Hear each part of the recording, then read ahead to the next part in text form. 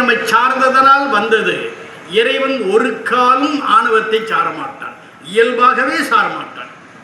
அதுதான் அவனுடைய குணம். அப்படி சாராதனால அவனுடைய அறிவு இயற்கை அறிவு. நம்ம அறிவெல்லாம் சார்பு அறிவு. நம்ம படித்து கேட்டு கேட்டு சிந்திச்சு அனுபவிச்சு இப்படி தான் அறிவு பெறணும். இறைவன் அப்படிலாம் அறிவு பெற மாட்டான். இயல்பாகவே அவனுக்கு அறிவு உண்டு. அது இயற்கை அறிவு. இயற்கை அறிவு என்பதுதான் பேரறிவு. அவனுக்கு தெரியாத விஷயம் ஒன்றுமே கிடையாது. அப்போ அது பேரறிவு. எங்கே பேரறிவு இருக்கிறதோ அங்கே பேராற்றல் வந்துவிடும். இறைவன் பேராற்றல் உடையவன். எங்கே பேராற்றல் இருக்கிறதோ அங்கே பெருங்கருணை வந்துவிடும். எங்கே பேரறிவும் பேராற்றலும் பெருங்கருணையும் இருக்கிறதோ அங்கே பேரின்பம் இருக்கத்தான் செய்யும். இறைவன் பேரின்ப மயமானவன். அவன் இன்பத்தை அனுபவிப்பவன் இல்லை, பேரின்ப மயமானவன். அதனாலதான் அவன் தன்மயத்தனாக இருக்கிறான், யாரையும் சார மாட்டான். ஆனால் நாம் அப்படி இல்லை, யாரையாவது சார்ந்துதான் இருந்தாகணும். அதுதான் நமக்கு அவனுக்கு உள்ள வேறுபாடு. அப்ப இறைவனுடைய குணங்களை நாம பெற்றால், இறை தன்மையை பெற்றால் நாமும் எப்படி இருக்கலாம்? இன்பமா இருக்கலாம். அப்ப நம்முடைய துன்பங்களை போக்கிக் கொள்ள வேண்டும் என்றால் துன்பமே இல்லாத இன்பமாகவே இருக்கக்கூடிய இறைவனை சார்ந்தால் ஒழிய நாம துன்பத்திலிருந்து விலகவே முடியாது. இதுதான் கருத்து. இந்த வகையில தான் திருக்குறள் நமக்கு சொல்லுகிறது. இறைவன் ஒருத்தர் இருக்கிறான், அவன் தான் சிவபெருமான். அவனுக்கு 8 குணம் இருக்குது. அந்த 8 குணத்தை அவனை நீ பற்றி கொண்டு பெற்றுவிட்டால் நீயும் பிறவியை முடிச்சுக்கலாம். இதுதான் திருக்குறள். இதைத்தான் திருமுறைகள் எல்லாம் விளக்கமாக பேசுகின்றன. அந்த வகையில தான் இந்த பாட்டிலேயே அந்த கருத்தை நம்ம பார்க்கிறோம். புத்தன் என்ற ஒரு அருமையான சொல்லை இறைவனுக்கு வழங்குகிறார். புத்தன் என்றால் புத்தி உடையவன் என்று பொருள். புத்தி என்றால் ஞானம் என்று பொருள். ஞானத்தை உடையவன் தான் இறைவன். இயல்பு ஞானி. இறைவன் யாருன்னா இயல்பு ஞானி. அவன் யாருக்குமே எதையும் கேட்கல, எந்த புத்தகத்தையும் அவன் படிக்கல, எந்த அனுபவத்தையும் அவன் பெறல. அது அவனுடைய இயல்பே ஞானம்தான். எனவே இயல்பு ஞானி என்று ஒருவன் இருக்கிறான் என்றால் அவன்தான் சிவபெருமான். எனவே அந்த சிவபெருமான் புத்தன் புரந்தர ஆதியர் அயன்மால் போற்றி செய்யும் பித்தன். பித்தன் என்றாலும் அறிஞன் என்றுதான் பொருள். ஏனெனில் பித்தம் என்றால் வெப்பம்னு அர்த்தம். வெப்பத்தை உடையவன் தான் பித்தனை மரம். பைத்தியக்காரன் எப்படி இருப்பான்? உடம்புல வெப்பம் மிகுந்து இருக்கும். எனவே தான் அவனுக்கு தேவையெல்லாம் ரொம்ப குறைவாக இருக்கும். ஏன்னா வெப்பம்தான் இயக்கத்திற்குரிய ஆற்றல். பலவரை சொல்லியிருக்கிறோம். எனவே பைத்தியக்காரர்களும் அப்படித்தான் இருப்பார். சராசரி மனிதர்களைப் போல இருக்க மாட்டார்கள். எனவே பெருமானை எப்படி இருக்கிறான்? மனிதர்களைப் போல அவன் இருக்க மாட்டான். அவன் ஞான வெப்பம் உடையவன். எனவே அவனை பித்தன் என்று பேசுகிறான். நமக்கு கோவம் சுந்தருக்கு கோவம் தான் பெருமானை எப்படி திட்டினார்? போடா பைத்தியக்காரன் என்ன திட்டினார். பெருமான் சொன்னான், நீ எப்படி என்ன திட்டின? பைத்தியக்காரன் சொல்ல, அதையே வச்சு பாடு. பித்தா பெரிசூடின்னு பாடுறாரு இல்லை. அப்போ என்ன அர்த்தம்னு கேட்டிங்கன்னா அவன் ஞானி என்று பொருள்.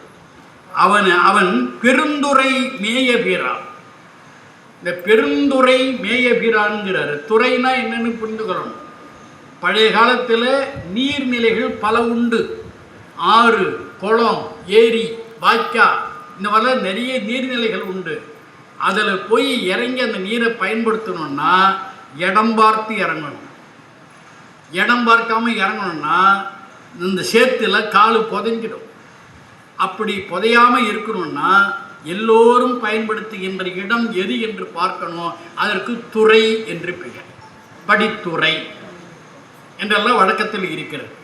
இப்போ உலகத்தில் இறைவன் எல்லா இடத்திலும் இருக்கிறான். ஆனால் ஞானத்தை வழங்குவதற்காக தான் திருக்கோயில் கொண்டிருக்கிறான். அந்த திருக்கோயில், ஒவ்வொரு திருக்கோயிலும் ஒரு துறை. அதில் பெருந்துறை என்பது தான் ஆவுடையார் கோயில். அதைத்தான் இங்கே விளக்குகிறார். எனவே பெருந்துறை மேய பிரான்.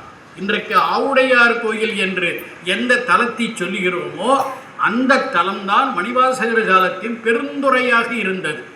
அந்த பெருந்துறை மேய பிரான் திருப்பெருந்துறையில் எழுந்தருளி இருக்கக்கூடிய பெருமான். பிரான் என்ற சொல்லுக்கு பிரியாதவன் என்று பொருள். இறைவன் தன்னுடைய அருளாகிய சக்தியிலிருந்தும் உயிர்களாகிய நம்மிடமிருந்தும் ஒரு பொழுதும் பிரியாதவன்.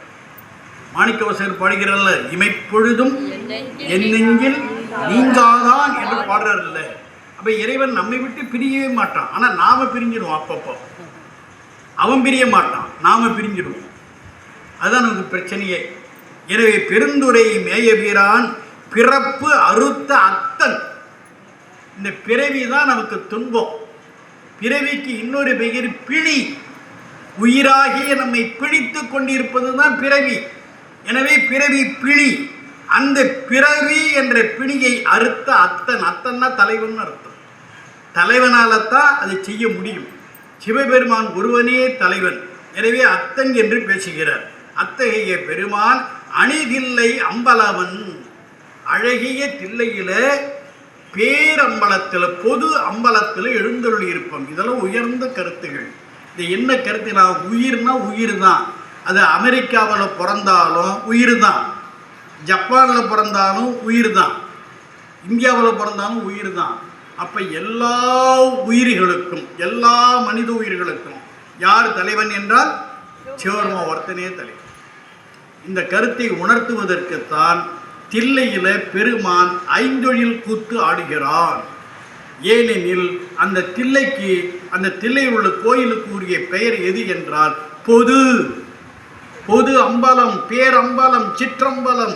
சிற்றம்பலம்னு சின்ன அம்பலம்னு அர்த்தம் பண்ணக்கூடாது. சிற்றம்பலம் என்றால் ஞான அம்பலம் என்று பெயர். சித் என்றால் ஞானம் என்று பொருள். அவை சிற்றம்பலம் என்பது ஞான வளாகம். பேரம்பலம் என்பது பொது அம்பலம் என்பது யார் வேண்டுமானாலும் போகலாம். இதெல்லாம் எவ்வளவு பெரிய உண்மை. இந்த உண்மையெல்லாம் தெரியாதவர் தான் இன்றைக்கு சொல்லுகிறார்கள், தில்லை கோயிலில் இந்துக்களை தவிர வேறு யாரும் உள்ள நுழையக்கூடாது. இதெல்லாம் எவ்வளவு தவறான கருத்துக்கள். நம்மிடத்தில் உள்ள மூடத்தனம் நிறைய இருக்கிறது. இதெல்லாம் ஆழ்ந்து பார்க்கல. இப்போ பெருமாள் என்ன சொல்கிறான், நீ தமிழ்நாட்டில் பிறந்தான்னா, ஜப்பானில் பிறந்தானா, அமெரிக்காவில் பிறந்த என்னை வந்து அடைஞ்சு தான் ஆகணும். அதுக்கு தான் பிறவி. அப்போ எல்லா உயிர்களும் இறைவனை அடைய வேண்டும் என்றால் இறைவன் எல்லா உயிர்களுக்கும் பொதுவானவனா அல்லது ஒரு குறிப்பிட்ட இனத்தாருக்கு உரியவனா? எல்லாருக்கும். அதனால தான் தில்லையில் பேரம்பலம், பொது அம்பலம் என்று பெயர். இதெல்லாம் நம்ம ஆழ்ந்து பார்க்கணும். எனவே அணிதில்லை அம்பலவன் என்று பேசுகிறார். அம்பலம் என்ற சொல்லுக்கு பொது என்று தான் பொருள். இப்போ அடுத்த கேள்வி கேட்கணும், இவன் ஏன் சார் தில்லையில் போய் பொதுவாக இருக்கிறான்? ஏன் நம்ம காஞ்சிபுரத்தில் இருக்கக்கூடாதா, அல்லது அமெரிக்காவில் வாஷிங்டனில் நியூயார்க்கில் போய் இருக்கக்கூடாதா? பொது அம்பலத்தில் தில்லையில் ஏன் இருக்கணும் அப்படின்னு ஒரு கேள்வி. அதுக்கு ஒரு பதில் கிடைக்கும். இப்போ நம்ம உடம்பு இருக்குது, நம்ம உடம்புல எது மையம்? நம்ம உடம்பு இருக்குல்ல, 96 அங்கலம் இருக்குல்ல, இதில் எது மையம்?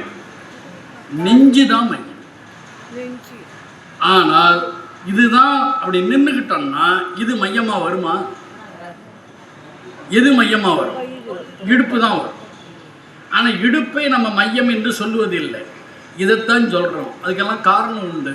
என்ன காரணம்னா, நம்முடைய உடம்பு எதனால் ஆகியது? மாயையால் ஆகியது. 36 தத்துவங்களால் ஆகியது.